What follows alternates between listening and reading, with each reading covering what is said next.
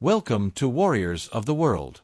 Today we'll be exploring the history and capabilities of the United States Army Rangers, one of the oldest and most respected special operations forces in the world. Subscribe now to join our community and support this project. Rangers, lead the way. This battle cry, born on the beaches of Normandy during World War II, echoes through American military history, symbolizing a tradition of courage and combat excellence that dates back more than 2.5 centuries. The roots of the modern Rangers can be traced to the American frontier of the 18th century. In 1756, during the French and Indian War, Major Robert Rogers formed Rogers Rangers, a unit specialized in reconnaissance tactics, intelligence gathering, and irregular warfare. Operating in the dense forests of the American frontier, these men developed revolutionary techniques that allowed them to face both French soldiers and their Native American allies on their own territory. Rogers codified his men's tactics in the famous Rogers Standing Orders, a document that continues to influence special operations doctrines to this day. These rules included principles such as maintaining constant movement, avoiding predictable routes, and dividing forces when pursued to confuse the enemy. During the American Revolutionary War, units inspired by Rogers Rangers continued to serve, conducting reconnaissance operations and surprise attacks against British forces. Thomas Knowlton led Knowlton's Rangers, an elite reconnaissance force that served directly under George Washington's command.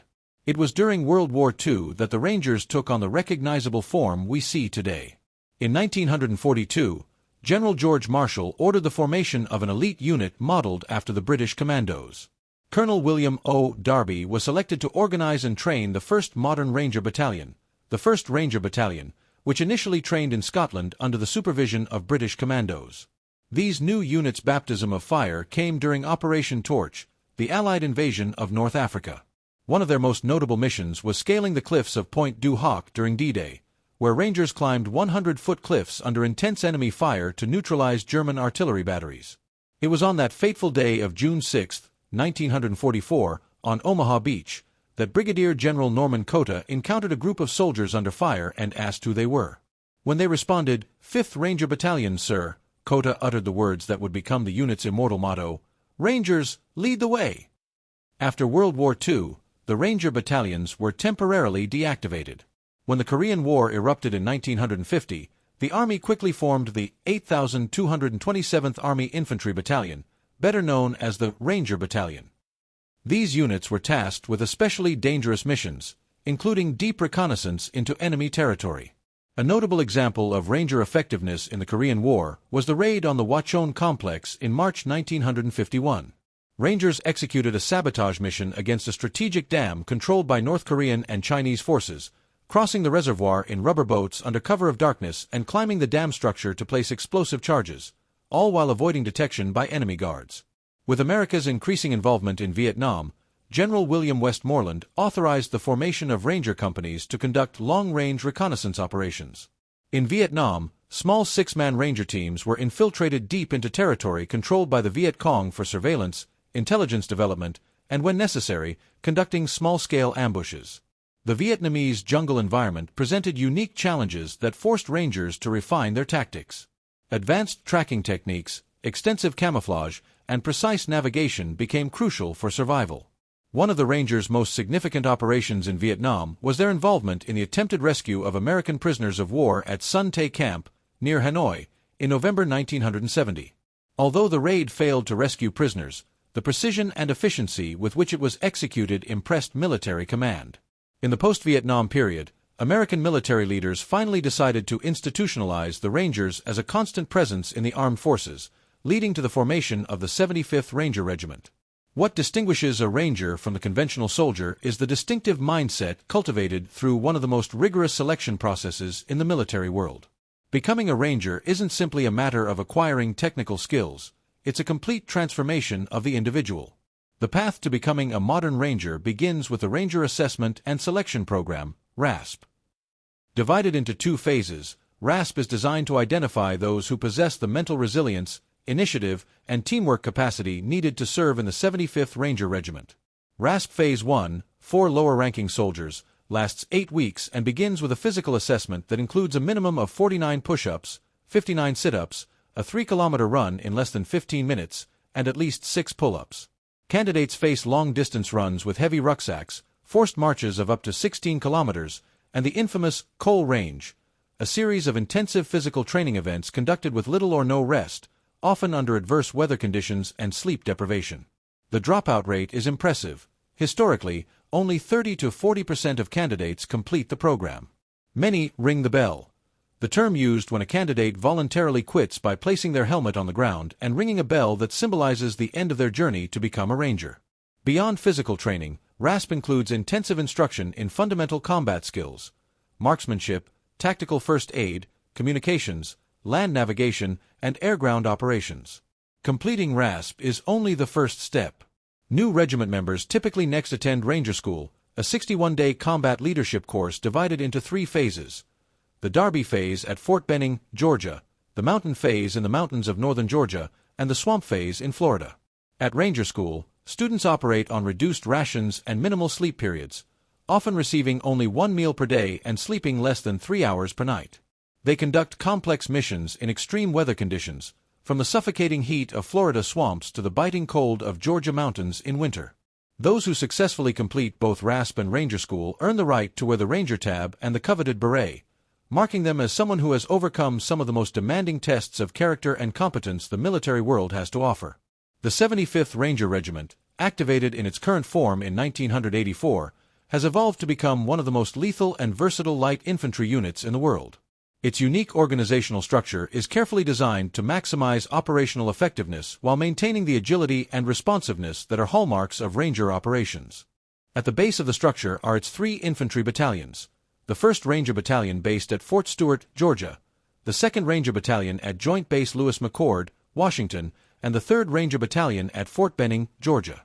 Each battalion consists of 3 infantry companies, a command and control company, and a headquarters company. Complementing the battalions is the Ranger Special Operations Battalion, RSOB, known as the Recon Battalion, responsible for advanced reconnaissance operations and intelligence. The Ranger Selection and Training Battalion, RSTB, oversees the assessment, selection, and training process. The Ranger Military Support Battalion, RMSB, provides integrated logistical, medical, communications, and intelligence support. What distinguishes the 75th Ranger Regiment is its extraordinary force projection capability.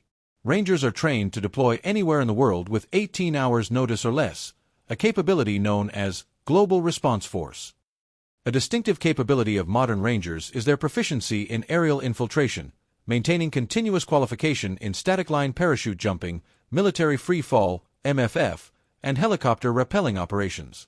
Military free fall qualification allows Ranger teams to infiltrate at altitudes of up to 30,000 feet and navigate significant horizontal distances before opening their parachutes. Rangers are also masters of night operations, using advanced night vision systems and extensive training in reduced light operations. The regiment's primary focus is direct action operations, precise raids, ambushes, and targeted strikes against high-value targets. The first major operation of the 75th Ranger Regiment was during the invasion of Grenada in October 1983. The 1st Ranger Battalion's mission was to take the Point Salines airfield. The Rangers executed a low-altitude parachute jump and, under intense fire, quickly took control of the airfield and established a secure landing zone. During the invasion of Panama in 1989, elements of the 75th Regiment neutralized Omar Torrijos International Airport and Rio Hato Garrison, performing one of the lowest combat parachute jumps ever recorded, just 500 feet. Perhaps the Rangers' best-known action occurred in Mogadishu, Somalia, in 1993, during the operation later immortalized as Black Hawk Down. Elements of the 3rd Ranger Battalion, operating alongside Delta Force operators, conducted a mission to capture Somali faction leaders.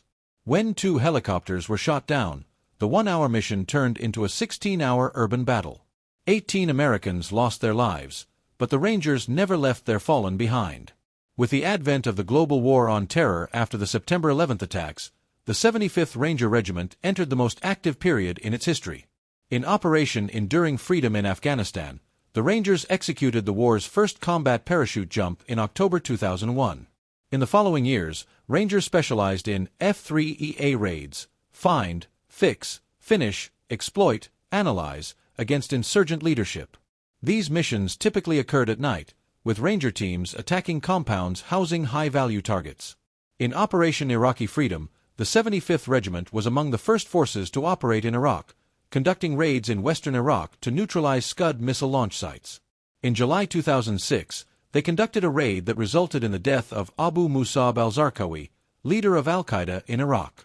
Throughout these conflicts, Rangers developed a particularly effective synergy with the intelligence community and other special operations units, creating a cycle where operations generated intelligence, which in turn led to more operations. The evolution of Rangers in the 21st century represents one of the most significant transformations in the history of this elite force. Confronted with asymmetric threats, the 75th Ranger Regiment has expanded its capabilities far beyond the traditional light infantry model to become a multidimensional organization. Rangers have incorporated elements of cyber warfare, information operations, and advanced reconnaissance and surveillance capabilities. The 21st Century Ranger is not just an exceptional combatant, but also a technically proficient operator capable of navigating the complex modern battlefield. The campaign against the Islamic State exemplifies this evolution. Rangers operated in an extremely complex environment, developing innovative approaches to eliminate key Islamic State leadership while dismantling their financial and communication networks. Particularly notable was the creation of joint task forces where Rangers worked alongside intelligence specialists, financial analysts, and electronic warfare specialists. The modern Ranger Training Center now includes elaborate urban complexes that simulate the challenges encountered in Middle Eastern and African megacities. Candidates must demonstrate proficiency not only in traditional combat skills but also in legal aspects of armed conflicts and cross-cultural considerations. The regiment's medical component has also seen revolutionary advances. The Ranger Combat Casualty Management Program is widely recognized as a world leader in tactical medicine. Innovations such as the use of whole blood on the battlefield have drastically reduced mortality from severe injuries. One of the Rangers' most significant missions in recent years occurred in October 2019, when elements of the 75th Ranger Regiment participated in the operation that resulted in the elimination of Abu Bakr al-Baghdadi, leader of the Islamic State. The enduring legacy of American Rangers transcends their battlefield achievements to fundamentally influence how the United States military conceives special operations. This legacy is preserved in the living culture that permeates every aspect of current Ranger training and operations. The Ranger Creed, recited by all unit members, captures the essence of these values. Recognizing that I am an elite Ranger of the United States Army, dedicated to the ideals of service to my country, I understand that surrender is not part of my vocabulary. I will never leave a fallen comrade behind, regardless of personal cost. The Rangers' influence extends far beyond the boundaries of the 75th Regiment. Ranger School annually trains thousands of soldiers who return to their conventional units, bringing with them the demanding standards and mentality of excellence. As the global security environment continues to evolve, so do the Rangers, adapting to new challenges while maintaining the traditions that have defined the unit for generations. New battlefields, from cyberspace to densely populated megacities, will require new skill sets and capabilities. The future will likely see Rangers operating in even more complex environments, employing emerging technologies such as autonomous systems, artificial intelligence, and advanced cyber warfare capabilities. However, regardless of how tools and tactics may change, the Ranger spirit will remain constant, the willingness to lead the way in the most challenging circumstances imaginable. One of the most notable developments in Rangers' recent evolution is the expanded use of augmented reality tools in combat operations. These systems allow operators to visualize critical information overlaid on their field of vision, from building floor plans and known threat positions to biometric data of team members. The result is a level of situational awareness that warriors of previous generations could hardly imagine. Rangers are also at the forefront of integrating unmanned vehicle systems into special operations.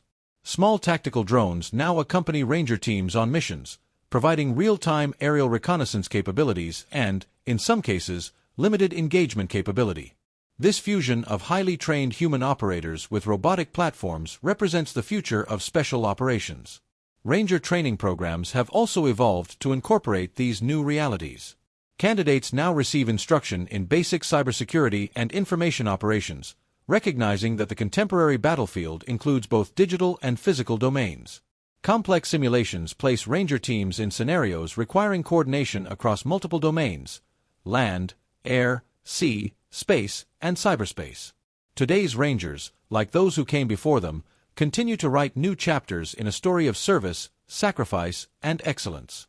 As one Ranger commander said, "The nation may not know everything we do, but it can be certain that whenever freedom is threatened, whenever there is a critical mission requiring the best of the best, the Rangers will be there, ready to lead the way."